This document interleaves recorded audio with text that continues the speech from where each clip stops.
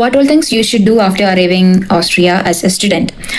അപ്പം നിങ്ങളൊരു prospective student ആണെങ്കിൽ just save this video, it might going to be helpful for you. ഏറ്റവും ആദ്യത്തെ കാര്യം എന്താണെന്ന് വെച്ചാൽ മെൽഡസെറ്റിൽ അഥവാ സിറ്റി രജിസ്റ്റർ ചെയ്യുക. മെൽഡസെറ്റിൽ എന്താണെന്നൊക്കെ ഉള്ളത് ഞാൻ വരുന്ന വീഡിയോയിൽ പറഞ്ഞുതരാം. ദെൻ സെക്കൻഡ് തിങ് ഈസ്, നമ്മളിവിടെ പഠിക്കാനാണല്ലോ വന്നത്, അപ്പം യൂണിവേഴ്സിറ്റി ചെന്നിട്ട് എൻറോൾ ചെയ്യാം.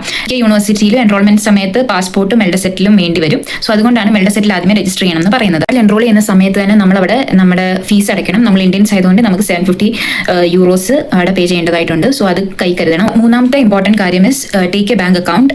നല്ലൊരു ബാങ്ക് അക്കൗണ്ട് നോക്കിയിട്ട് എടുക്കുക. ഇവിടെ കൂടുതൽ സ്റ്റുഡൻസും സ്പാർക്കാസെ അല്ലെങ്കിൽ ബാങ്ക് ഓസ്ട്രിയ ആണ് എടുക്കുന്നത്. ഏത് ബാങ്ക് അക്കൗണ്ട് ആണോ നല്ലതെന്ന് നോക്കിയിട്ട് അത് സെർച്ച് ചെയ്തിട്ട് എടുക്കാവുന്നതാണ്. നമ്മൾ ചെയ്യേണ്ട കാര്യം ഒരു സിം എടുക്കുക എന്നുള്ളതാണ്. ചിലർ സിം ഓർഡർ ചെയ്തിട്ട് വരുത്തും, ചിലർ നമ്മൾ ഈ സൂപ്പർ മാർക്കറ്റിൽ ചെന്ന് വാങ്ങിക്കുന്നവരുമുണ്ട്. നിങ്ങളുടെ അർജൻസി അനുസരിച്ചിട്ട് അത് ചെയ്യുക. സിം എടുക്കുക. സിം വാങ്ങിക്കാൻ ഒരു സൂപ്പർ മാർക്കറ്റിൽ വാങ്ങിക്കാന്ന് പറയുന്ന അത്ര വലിയ നമ്മുടെ നാട്ടിലെ പോലെ വലിയ മെനക്കേടൊന്നും ഉള്ള പണിയല്ല. ഇങ്ങനെ ID വെരിഫിക്കേഷൻ അങ്ങനെയൊന്നുമില്ല. It's really easy. അല്ലെങ്കിൽ ഓർഡർ ചെയ്തിട്ടാണെങ്കിലും വരുത്താം. പിന്നത്തെ ഇമ്പോർട്ടന്റ് കാര്യം ഇസ് ട്രാൻസ്പോർട്ടേഷൻ ആണ്. സ്റ്റുഡൻസിന് ഫ്രീ ഒന്നുമല്ല, വി നീഡ് ടു പേ. പിന്നെ നമ്മൾ ഇത്ര ഏജിന് താഴെയാണെങ്കിൽ കുറച്ച് പൈസ കുറഞ്ഞു കിട്ടും. നമുക്ക് ഇത് മുഴുവൻ പേയ്മെന്റ് ഒറ്റയടിക്ക് ചെയ്യാം, ഒരു വർഷത്തേക്കുള്ളത്.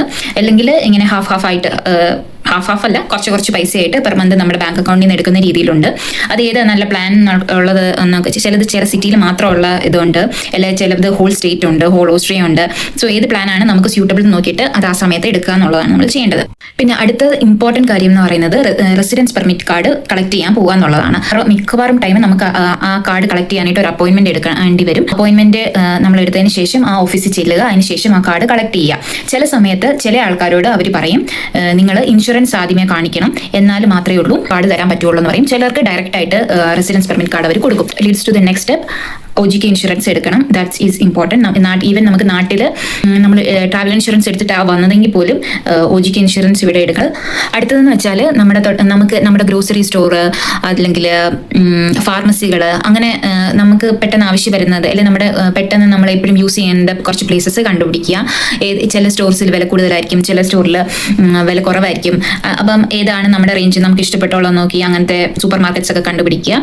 അതിന് ഏറ്റവും ബെസ്റ്റ് വേ നമ്മൾ ഏതെങ്കിലും ലോക്കൽസിനോട് സംസാരിക്കുക, അല്ലെങ്കിൽ നമ്മുടെ സീനിയർ സ്റ്റുഡൻസിനോട് സംസാരിക്കുക എന്നുള്ളതൊക്കെ തന്നെയാണ്. പിന്നെ നിങ്ങൾക്ക് പാർട്ട് ടൈം ചെയ്യാൻ പ്ലാൻ ഉണ്ടെങ്കിൽ പാർട്ട് ടൈം ജോലി കണ്ടുപിടിക്കുക. അതിനൊക്കെ വെബ്സൈറ്റ്സ് ഉണ്ട്, അതിനനുസരിച്ച് ചെയ്യുക. ഇപ്പം ഇത്രയൊക്കെയാണ് എൻ്റെ ഓർമ്മയിൽ വരുന്നത്. If there are more I will upload it. And ഇനിയും എന്തെങ്കിലും ഡൗട്ട്സ് ഉണ്ടെങ്കിൽ you can ask in the comment.